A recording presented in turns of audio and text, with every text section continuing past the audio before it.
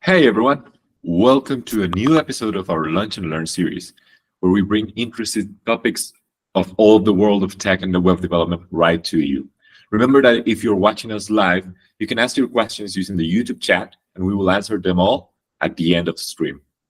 Today, we have with us Johnny Beltran. He is a software engineer working with our client, FreshBooks. He will tell us all about design patterns and their usage in Python. Welcome, Johnny. How are you? Hi, Sebastian. Thank you. Hello, folks. I'm going to be giving you a quick introduction to design patterns and their usage. As Seba said, so let's dive right into it. So, so let's start by defining design patterns. So what are design patterns? So we can say that design patterns are reusable solutions to common software design problems that developers encounter when creating applications. Design patterns are not complete solutions or ready-to-use code, but instead they provide like a general template that can be adapted and implemented to fit the specific requirements of the project. So they are general in that sense. They are well studied and they have been broadly tested. So they provide proven and best practice approaches for solving specific types of problems in the industry, right? And among the benefits is that they provide enough flexibility for your code to grow and evolve over time, and they can speed up the development process later on. We have three types of design patterns. We have creational design patterns, structural, and behavioral patterns. And so creational design patterns have to deal with object creation mechanisms by which they use classes to accomplish this. And structural design patterns, on the other hand, they deal with the composition of classes or objects to form like a more complex structure. And because of this, they make use of inheritance and interface implementation. And lastly, the behavioral patterns. These patterns focus on the communication between the objects, defining like how they interact and collaborate between them. In each of these categories, there are several design patterns, but I'm going to be exposing just one or two of them because of time constraints. So for the first one, we have the Singleton, which is a creational pattern. And the Singleton, what it does is basically allows us to have only one instance of a class. So only one object for your entire system. It provides an easy access to that object, and most likely, if you want to use the Singleton pattern, you are writing a library because you want to protect access to some shared resource, maybe a database connection pool or a configuration manager or something like that. And so this is how it looks like in a UML diagram. I assume that you are familiar with UML or you know the basics about object-oriented paradigm. So this is how it looks like. We have a Singleton class and we have the get instance method. So how it looks like in code, it's like this. So we have the Singleton class and we define a class method in Python. We have a class method decorator that allows us to do so. We have the class, and then we only check if, when getting the instance, if the internal instance is null or none in this case. So if it's none, then we create a new instance, and otherwise we return the already created instance. And you can see that if we do this and we execute, then we get a Singleton class object. If we perform another operation like this, Singleton class that get instance, then we should get the same exact reference to the object. So you can see that they are exactly the same. They share the same space in the memory, right? And if you know Python well enough, you can easily see that we can actually implement this logic inside the new method itself. So this is how it would look like. If we execute this code, you can see that in fact the reference of Singleton is equal to the reference of the new Singleton variable, and this allows us to use the common syntax for instantiation of classes, right? Um, so that's the singleton pattern. So we have classic, of course. The singleton pattern that you just saw, this one is not thread safe. If you want to do it thread safe, then you need to acquire a lock mechanism. And that's going to vary depending on the programming language that you're working on. So keep in mind that. And we have also the Pythonic way of doing it. Like I said, if you're using it this way, you're most likely writing a library. But if you're not, then what you can easily do, and this one is really simple to implement, is you define your object in a module, in a Python module in this way, and you can actually import the instance of that in any other place. Of course, this does not prevent the class to be instantiated. So if you want to do that, then you are going to have to do some other stuff like raising an error if you want to initialize the class. Or you're going to be the judge of that based on what you really need. So this example, an illustration of how the singleton pattern works. So these objects represent the places in the code where you're dealing with the singleton. Like underneath it's all referring to the same resource or shared object across your entire system, no matter where you are getting an instance from. Another creational pattern is the factory method, and this one defines an interface for creating an object, but lets subclasses decide which class to instantiate. And this is, in fact, if you are dependent, if your product creation is dependent on some internal business logic and you don't really know at runtime which one to create, then this pattern fits perfectly. You have a creator, which is an abstract creator, and this is the interface. As you can see, it defines an interface. This is the interface, the creator interface. And let subclasses decide which class to instantiate. We have the concrete creator A and concrete creator B, each one creating their own concrete type of products. And the products as well, they have to implement a well-defined interface common to all of the products. And you can have any number of concrete creators and any number of concrete products, just as long as you maintain the hierarchy, right? And so this is an illustration of how it would look like. Let's say you have trucks and you have ships, and these are the types of objects you need to create in your code. So this is just an oversimplification, but they both deliver something, right? So that's a common method between the two. And the logistics is going to be your creator interface, and you have specific types of creators, concrete creators for the trucks and concrete creators for the ships. So that's how it would look like if you want to see it in like an analogous way.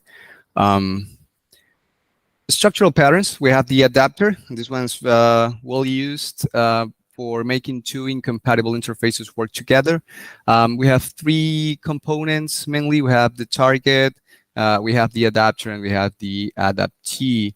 What this pattern allows us is it provides more flexibility in the long run when we're dealing with different interfaces and separation of concerns, right? So we do not modify existing classes. We just implement new classes, which are called the adapters, to adapt the interfaces that we want. So this is how it would look like. So you have, let's say you have a plug. It's just a 3-prong plug, but your socket actually only supports a 2-prong plug. So what you do is you create this. This is basically what you are creating in your code, an adapter. So you transform this interface, which expects a 2-prong plug, and it actually adapts the 3-prong into a 2-plug code. So let's look at how this looks like. In Python, we have the adapter pattern. And so let's say you're dealing with a third-party library that provides a client, And this one defines a post method. This actually does something behind the scenes, but we're not going to deal with the specific logics. We just keep it simple. We're doing a print statement. And let's also say that you are dealing with another library. And both of these libraries are basically the same, but they provide different method signatures for each of the methods that they have. And so you want to deal with a unified interface so that your code does not look ugly and you're not populating your code with conditional statements. Then you use the adapter pattern, and this is how it looks like. You implement the API adapter. You implement an interface which defines the unified method that's going to be called, right? And so it's basically just a wrapper around the internal client. So you can see that we can have as many libraries as we want, and they can all define their own methods. But when using this pattern, we only deal with the unified interface. So we implement this create method. And so the client code looks like this. Let's say that you need to call this method and this method. And so you may have a list of adapters. And for each adapter, you're going to have to call the create method. And this is the advantage of it, because if you didn't have the adapters, then, like I said, you would have to deal with conditional statements, and it would all look ugly, and it would be difficult to maintain. So that's the benefits. So let's look at the proxy pattern. Proxy pattern is basically a placeholder for another object, and what it allows you to do is control the access to that object and allow additional functionality to be added either prior or after the operation in that object has finished. So this is a UML diagram. This is the object that we want to proxy. So the proxy object actually has a reference to this other object, and it must have the same methods, right? So that's why you can see that proxy inherits from the service class, and well, they both implement the same common interface, which is defines the operation method. And you can see real quick here an example of how this looks like. So let's say we want to control the access to this operation. So the service itself doesn't do it. So what we do is we define a proxy, and inside the operation method, then we check for the access. And if we are allowed access to that operation, then we actually execute it. Otherwise, we do not. So that's one of the usages of this proxy pattern. And that's not the only usage. Access control is one of them, but we can actually use it for lazy initialization, right? Let's say you have like an object that consumes vast amount of resources when initialized. So you want to prevent that unless you actually need that. Then you can use the proxy pattern to do so. It also provides a mechanism for caching results, smart references. This is especially useful if you are writing your own framework or something, and you want to implement like efficient garbage collection mechanisms. You can usually do so with the proxy pattern, logging as well, of course. And it's just all a consequence that you can actually perform something either prior or after the operation. So this is an illustration. You have your object that you want to deal with, but for some reason you want to protect access to this, or you want to let's say this consumes this loads the database into memory, so you want to prevent that, and you use a proxy which falls in between the client code, the code that is calling your actual object, and the client code. So this is how it looks like. You actually call your proxy and not directly to the object itself. So for structural patterns, we have also a decorator. the decorator pattern. This is one of my favorites only because Python also has a built-in way of defining decorators for functions and classes. Um, and what it does, it allows behavior to be added to individual objects, and this behavior can be either static or dynamic. And I know that this may look a little bit too complex, so let's dive into the code. I think everything is understood better with an example. So the decorator pattern, it's like this. Let's say that you're dealing with a notifier class. This is provided to you by a third-party library. You don't have access to this code. But basically what this does is it sends a notification via email. But let's say over time, the requirements evolve and you don't only want to send notifications via email, but you also want to send them via Slack or Facebook or Twitter, or you want to send like any other channel. You want to use any other channel for notifying besides the email. So what you can do, at first you might think, oh yeah, but I can easily implement another class that extends from this one and implement their own send notification method. However, what happens if you want to combine multiple notification mechanisms? Then it all becomes troublesome. And this is where the decorator pattern shines, because we define a base notifier decorator that inherits from the notifier. And this is the thing. A decorator, in the decorator pattern, the decorator is a notifier in this case, right? And has a notifier, receives a notifier in its constructor, right? And this is what allows the decorator to have that flexible functionality to be added to it. So if we want specific types of notifiers, then we just do this. We implement their own classes. We inherit from the base notifier, right? And since you can see that in the base notifier, the send notification method is just a wrapper around the notifier internal object, then we can call the super method of that class. We execute the same logic, and we execute our additional logic at the end or prior, however you want to do it. And the same thing for in this case, for any channel. So this is the problem that we had and how we tackled it. And let's look at the client code to see how it looks like. So let's say that now I want to send a notification via SMS, via Slack, and via email. So I can easily do that this way. We have a Slack notifier decorator, which receives another decorator, right? Because a decorator, remember that it's an instance of the notifier class. So we can receive another decorator, and this decorator can receive the notifier instance, a notifier instance, right? And so if we execute this code, you can see that can either execute it via email, SMS, or Slack.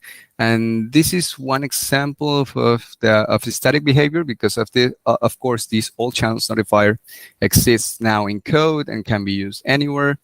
But let's say you want to build this at runtime, you want to implement this at runtime, so you can see where the decorator patterns shine, and it's in this way. Let's say that we have a small script that prompts the user to enter the channels where they want to send a notification into. And so I enter Slack, and if I click enter, then you can see that I'm sending it via email and via Slack. To see if there's Slack in the channels that I type, then I put a Slack notifier decorator around the notifier, the base notifier that I define here, right? If it finds SMS, then I put an SMS decorator around the notifier that was either defined here or was updated here.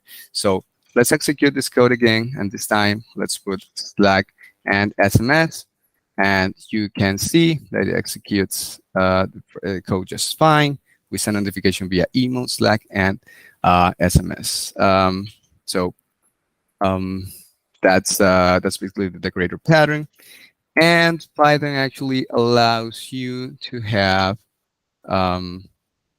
function decorators. You really need to deal with classes. This is for adding additional functionality to be added to a function. or a class. We also have class decorators. And it's basically a function that receives another function, right? And we can either make the behavior to be static with this syntax. Um, so with this syntax, uh, we do this. Um, and this way, we are just saying that the myDecorator function is going to be added to the say hello function. And that's going to be it for your entire system, right? But let's say you want to make it dynamic. And so we get rid of that. And we only want to have that under a certain condition. So we keep the say hello function as it is, and then we slap the myDecorator function around it when we want it to do so. But of course, this is up to you, depending on the internal business logic that you require. We also have the strategy pattern. The strategy pattern defines a family of interchangeable algorithms and lets the client decide which algorithm actually to use at runtime. And I actually used this really recently. We in FreshBooks, I wanted to prevent route access control, and so what I did was we had several types of routes, and for each types of these routes, for each type, we had like an internal business logic, like was customized for each of them, and so I actually implemented this with the strategy pattern. And you have a strategy interface, and you define your method. Must have, of course, a method because you want to actually perform an operation. And then you can have as many concrete strategies as you want that all implement this interface. And then in your client code, you can actually make use of this. You can actually have only this part of the code, like the client, the strategy, and the concrete strategies. The context is more of like a useful thing to have if you want to set the strategy in the same context object, but you don't really need that unless you need to. So you can see a quick implementation right here. You have a new sum strategy. This is a concrete strategy, right? And then we set the strategy to the context, and we go and tell the context to do something. And the context will do something based on the strategy that it has set. So that's the thing, and it allows for greater flexibility. Of course, this is a common to all the same patterns. It simplifies the addition of new behavior and supports the open-close principle, right? Which is one of the solid principles that we have. If you're familiar with that. And this is an illustration. Let's say you want to get to the airport, right? And you have different ways of getting to the airport. You can actually go with a bike, you can go with a bus, or you can get a cab and go to the airport. You have different ways of doing so, and these transportation methods, in this case, represent the different strategies that you have for accomplishing your goal or task. So without much to say, I think there are more. Of course, there are more design patterns, but I think it's up to you now to really look into it a little bit more, investigate. There are a lot of more useful patterns out there. And there are some things that are Python specific. Like I said, for example, decorators in Python can be defined as classes, not only as a function, as you saw in my last example here, but you can actually have a class called, let's say, class myDecorator, and you can have an implementation of your decorator there too. Classes, of course, can be decorated too, not only functions. Here I'm decorating a function, but classes can be decorated too. And this make, if you want to use function decorators, then look into this helper. It's actually another decorator, ironic. It's functions.wrap. It allows you to avoid some of the problems with the context, with the function naming and all of that stuff. But okay, let's look at the key takeaways of this. So the key takeaways would be read about design patterns, right?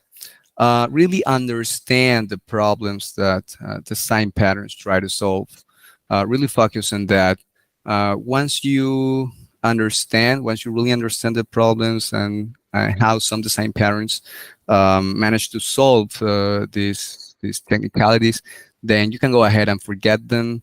Um, and just as long as you remember that there was a problem, there was a specific type of problem that was solved through a design pattern, you can easily come back to them when you need them.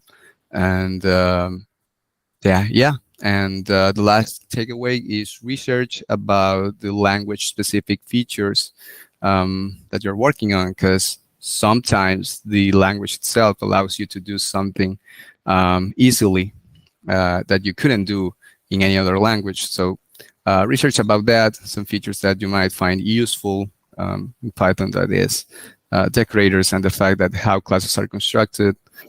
We also have meta classes in Python, if you want to take a look at that as well. And that's it. Thank you, guys. Thank you very much, Johnny. Very interesting. These design patterns that you described today, they are very general and helpful if you are ever interested in developing something that's just that you know is going to be object oriented, right? Yep. And I assume that's what you mean, like look into the language features and look into what you're trying to solve. I know that there are many other design patterns that you can look into. Specifically, for example, for Python, I know that the Python sen, which is like something that's very ingrained into the way that you write Python-esque code, sometimes clashes with what other people think about in other languages, right? In that same way, what I would like you to explain a little more of this little bit that you said here in the takeaways, to forget about the design patterns and then come back to them. Like, Right. When should you think about breaking the ideas, the preconceptions that you have about how to write code? Like, when is a good time to say, okay, I'm going to stop and look into something different? Right. Okay. So let's say that when I say forget them and come back to them, this cannot be looked at separately. This has to be taken with the second bullet point right here, which says really understand the problems that design patterns try to solve, right? So I think that when you really understand a problem, you're not just memorizing stuff. When you actually understand it, you learn it, and you learn it in the long run. So of course, these solutions are some of them are quite complicated to implement, or they have like a lot of classes involved. For example, let's look at the decorator pattern. Like if you look at this, it's like, what is this, right?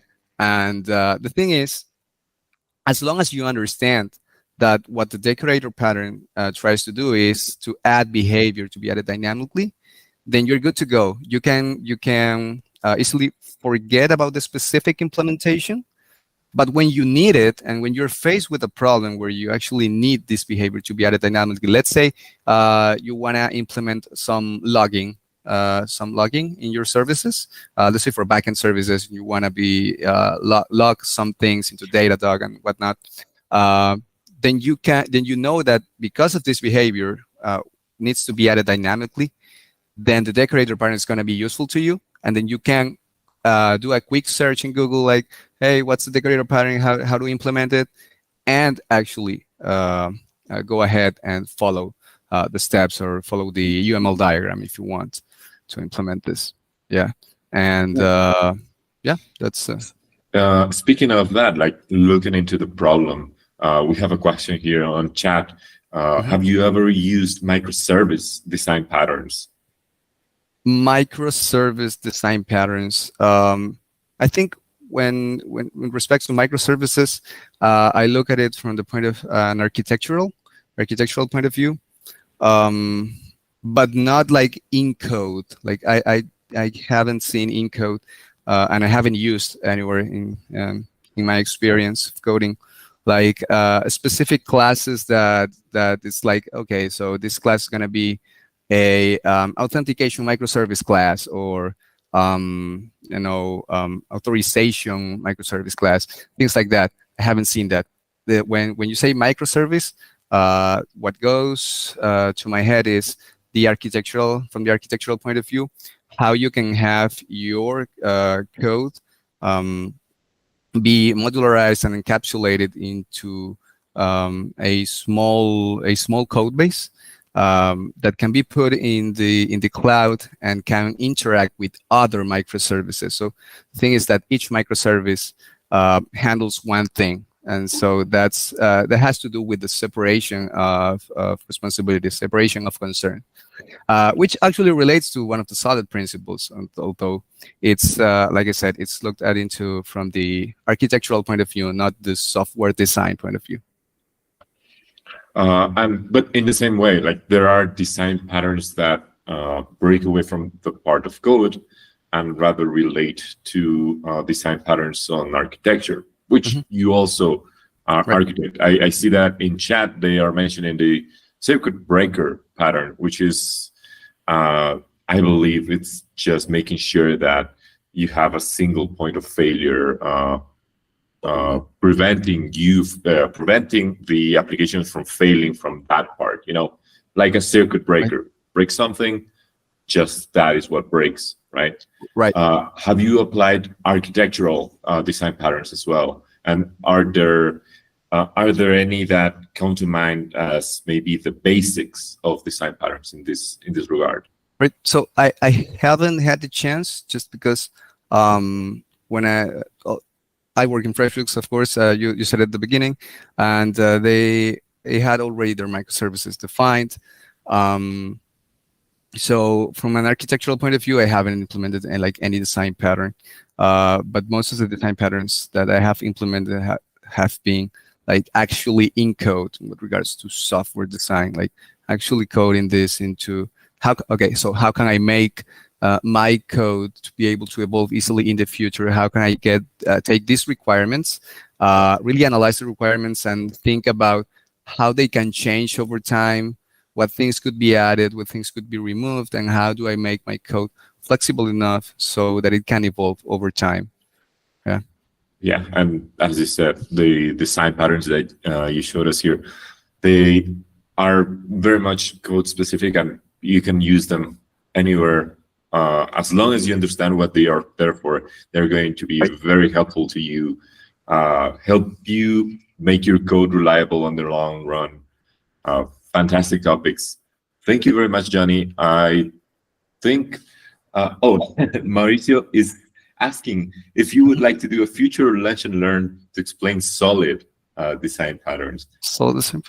Yeah, sure. Sounds fun. Solid principles are actually what drive these design patterns. They're actually the basis for all of this. So of course, I would be interested in that, and I have to do a quick recap. It's been a while since I studied the solid principles, but rest assured, you can do so if required. Yeah. Fantastic. I'm sure that Maurice is going to send you a couple of chat messages after our call today. Sure. In any case, thank you very much for showcasing the importance of design patterns and giving us an introduction into some of the most basic ones that we should take into consideration, not just in Python, but if you're thinking about object-oriented programming in general. Yes. And thank you all who've been watching us either live or if you've opened this video on YouTube and found it interesting. If you did, make sure to like, subscribe, and make sure to join us for our next Lunch and Learn 1 month from now. Until then, Johnny, thank you very much again. Thank you. Thank you for the opportunity. Thank you all. See you next time. See ya.